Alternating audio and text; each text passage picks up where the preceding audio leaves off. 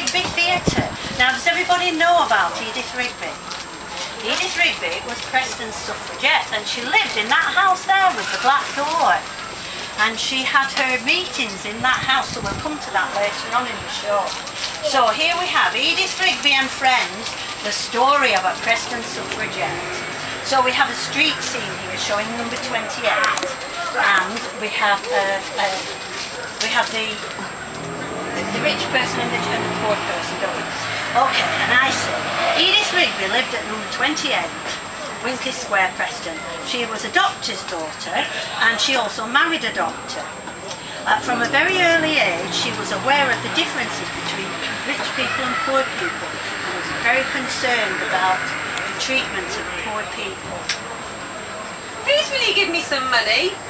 No, go away from me. Oh, it's not very nice, is it? She also knew that women didn't have the same opportunities as men. So here we have a mother and daughter. Mummy, when I grow up, I want to be a doctor. No, when you grow up, you will be a wife and a mother. Oh dear me, that's not very good, is it? Okay, so this is scene 2. Now we've got Edith on her bike. Edith was the first woman in Preston to ride a bicycle, and many people thought it was wrong for women to ride bicycles. And here we've got the people walking past. Disgraceful woman, you should not ride a bicycle. How unladylike. Who do you think you are riding a bicycle? Are you a man? I love riding my bicycle. It means I can go anywhere I please. Hooray! Hooray for the bicycle! Hooray! Hooray! Excellent! Now then, we've got scene 3. Here we've got Emmeline Pankhurst, Mary Gawthorpe and our Edith. Okay, so Emmeline Pankhurst from Manchester founded the Women's Social Political Union in 1903. Its members were called the Suffragettes. Okay, so we've got Mary Gawthorpe, and she was a friend of Emmeline's and a suffragette. And our Edith, here's our Edith. Edith heard her talk in Liverpool, and she decided to become a suffragette. She founded the Preston Women's Social and Political Union in 1906, and the meetings were at her house just over there. Look at that. So Emmeline says, Women should count as much as men. And Mary says, we want the vote. And Edith says, I must become a suffragette. And the man says, go home and make us our dinner. boo, boo, Boo. boo. Will you not give women the vote? No.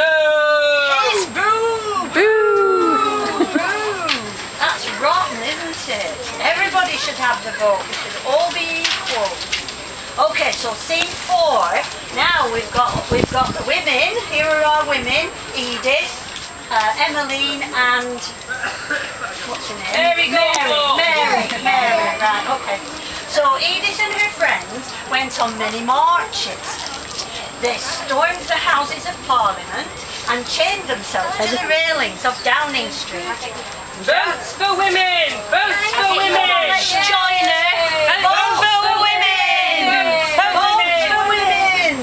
You will go to prison! We will for the suffragette cause! And many of the suffragettes did go to prison, and they wouldn't eat any food, and they were treated very badly in prison, and they were made to eat, and it wasn't very nice at all. They really believed in fighting for their cause. Now, here we've got Edith and her bicycle again, because Edith became a lawbreaker because she wanted the voice of women to be heard in the government. She set fire to Lord Leverhume's bungalow at Rivington Pike, and here it is in flames. Goodness me. And it is said that she arranged the tarring of Lord Derby's statue on Miller Park. But we believe that that's not actually true. It wasn't her. But she did know who did it, but she never told.